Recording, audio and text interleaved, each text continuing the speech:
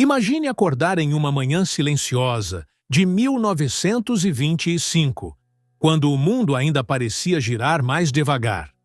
As ruas de terra batida não viam carros com frequência.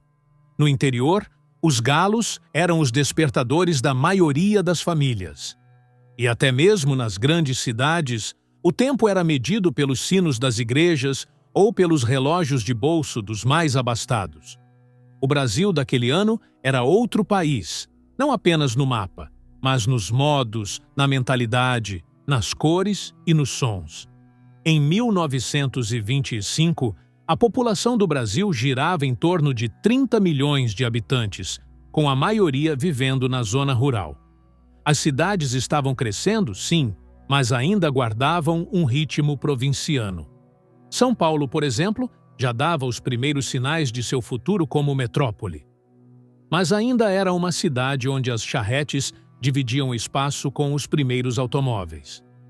No Rio de Janeiro, então capital do país, os bondes elétricos corriam por avenidas largas, enquanto senhores de chapéu e damas com vestidos longos passeavam pelas calçadas. O rádio estava começando a se popularizar, mas era um luxo. Em muitas casas, a principal fonte de informação era o jornal impresso, e apenas os alfabetizados conseguiam acompanhar as notícias. O analfabetismo ainda era um grande desafio, e a educação formal era privilégio de poucos. As escolas públicas existiam, mas não alcançavam todos. Muitas crianças trocavam os cadernos por ferramentas de trabalho logo cedo, ajudando nas lavouras, no comércio ou nas oficinas. A vida cotidiana era simples, mas dura. No campo, a maioria das pessoas vivia da agricultura de subsistência. Plantavam para comer, trocavam o excedente com vizinhos ou vendiam em feiras. Os homens trabalhavam no roçado, enquanto as mulheres cuidavam da casa, dos filhos, e muitas vezes também ajudavam na lavoura.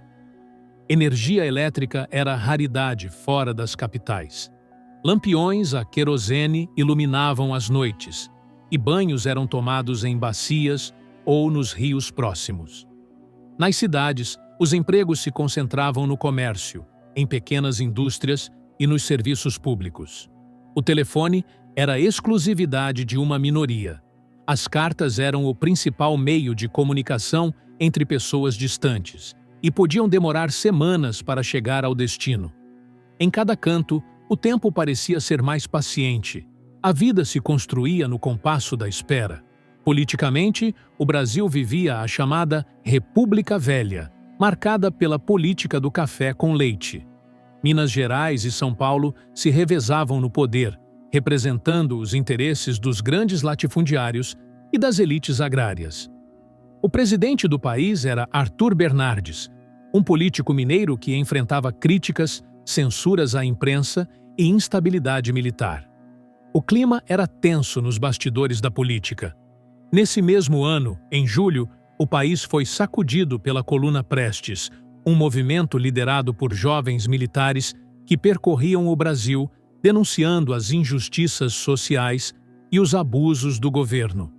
Eles cruzaram o interior do país, ganhando o apoio de camponeses e denunciando a desigualdade. Era uma marcha simbólica, uma tentativa de chamar a atenção para os problemas do povo.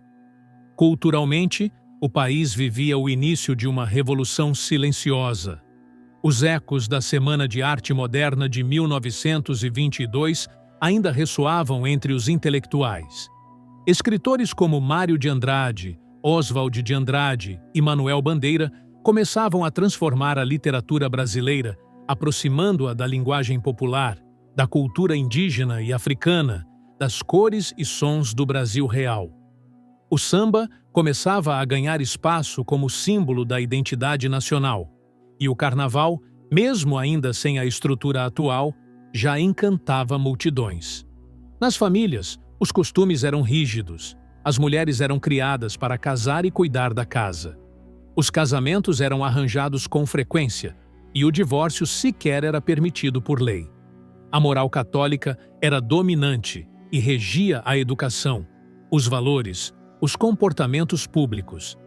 Ir à missa aos domingos era quase obrigatório. A figura do padre tinha grande influência sobre a comunidade. As vestimentas também refletiam essa rigidez. Mesmo sob o calor tropical, homens usavam ternos e chapéus. Mulheres vestiam saias longas, blusas fechadas e usavam sombrinhas para se proteger do sol. As roupas eram feitas em casa ou compradas de costureiras locais. A moda seguia padrões europeus, mas com um toque local que nascia da mistura entre as diferentes culturas do Brasil. Em casa, o fogão a lenha era o centro da cozinha. O cheiro de comida feita na hora tomava conta dos lares. Pratos típicos variavam conforme a região, mas o feijão com arroz, a farinha e a carne seca estavam sempre presentes. As refeições reuniam toda a família, e o momento de comer era também o de conversar e dividir histórias.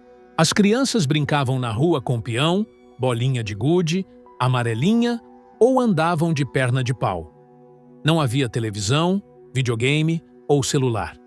A diversão vinha da imaginação, da convivência, do contato direto com o mundo real.